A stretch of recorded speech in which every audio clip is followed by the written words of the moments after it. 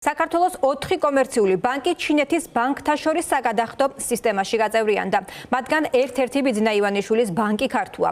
ამის შესახებ საზოგადოებას ნათია თურნავამ სწორედ ქართუს პოდკასტში მონაწილეობისას აუწყა.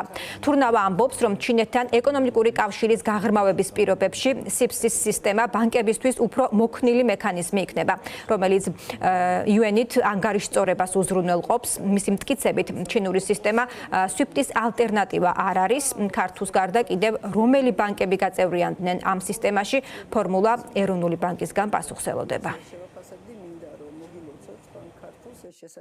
ერთი რომ იზრდება ვაჭრობა, მზარდია, მეორე რომ იზრდება ტურიზმი, ჩვენ ხედავთ ახლა პირდაპირ ფრენების რაოდენობაც იზრდება და საგადახდო სისტემა განაპირობებს, რომ მეტი ტურისტი ჩამოვა და ჩვენგანაც წავა და მოკლედ ეს არის მხარდასაჭერი.